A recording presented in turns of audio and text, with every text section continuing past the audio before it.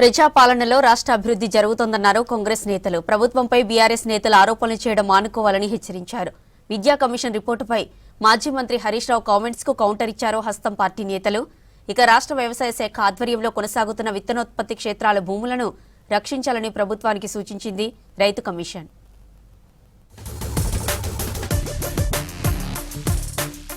మాజీ మంత్రి హరీష్ రావు ప్రతి విషయంలో రాద్ధాంతం చేస్తున్నారని ఫైర్ అయ్యారు Congress MP Chamala Kiran Kumar Reddy.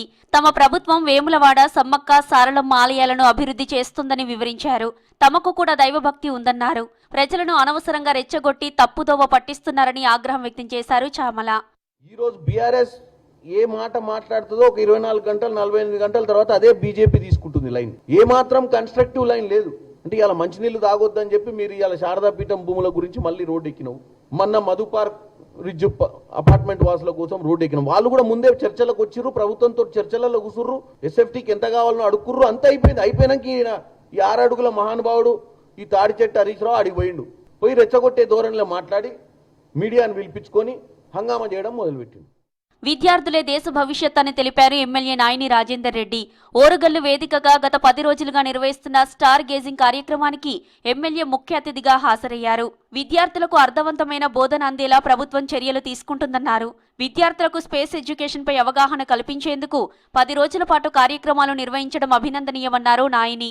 Future of the India విద్యార్థులందరూ కూడా ప్రతిదీ కూడా ఈ రోజులలో గతంలో చెప్తూ వినేది, కానీ ఈరోజు ప్రతిదీ కూడా లైవ్ చూపించుకుంటూ మీకు అర్థమయ్యే విధంగా ఎంత దగ్గరగా వెళ్ళాలో ప్రాక్టికల్గా ఉండాలనే విధంగా ప్రయత్నాలు చేస్తున్నాం. వాటన్నిటిని కూడా మనం సద్వినియోగం చేసుకుంటానికి ప్రయత్నం చేయాలని విజ్ఞప్తి చేస్తూ విద్యా కమిషన్ రిపోర్టుపై మాజీ మంత్రి హరీష్ రావు కామెంట్స్ కు కౌంటర్ ఇచ్చారు ఎమ్మెల్సీ బలమూరి వెంకట్. బీఆర్ఎస్ కు బి పార్టీగా బీజేపీ పనిచేస్తోందని ఆరోపించారు. ఈ 2 పార్టీలు ఉద్దేశపూర్వకంగా విద్యా కమిషన్ ఇచ్చిన నివేదికపై రాద్ధాంతం చేయడం మానుకోవాలన్నారు. బీఆర్ఎస్ అధికారంలో ఉన్నప్పుడు విద్యార్థులు, ఉపాధ్యాయులను పట్టించుకోలేదన్నారు బలమూరి. 10 ఏళ్లు మంత్రిగా పనిచేసిన హరీష్ రావుకి ఆలోచన లేదా? కమిషన్ ఏదైనా రిప్రజెంటేషన్స్ ఇస్తే దాన్ని అధ్యయనం చేసి అమలు చేయాల్సిన బాధ్యత, అమలు చెయ్యనో చెయ్యకూడదు అనే ఒక బాధ్యత ఆలోచించాల్సింది ప్రభుత్వం పైన ఉంటుంది. ఈరోజు ఆ ఆలోచన కూడా లేకుండా, ఆ జ్ఞానం కూడా లేకుండా ఏదో అవి ఇంప్లిమెంట్ చేస్తున్నామని చెప్పి ఉద్దేశపూర్వకంగా తెలంగాణ రాష్ట్రంలో ఉపాధ్యాయులని, విద్యా వ్యవస్థని రెచ్చగొట్టే ప్రయత్నము ఈరోజు హరీష్ రావు చేస్తున్నారు.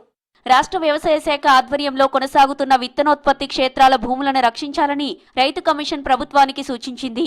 5 జిల్లాల్లో 8 చోట్ల 1629 ఎకరాల్లో ఉన్న సీడ్ ఫార్ము ద్వారా గతంలో వివిధ రకాల విత్తనోత్పత్తి జరిగేదని, కొన్నేళ్లుగా ఆ భూములు అన్యాక్రాంతం అవుతున్నట్లు కమిషన్ తన నివేదికలో వివరించింది.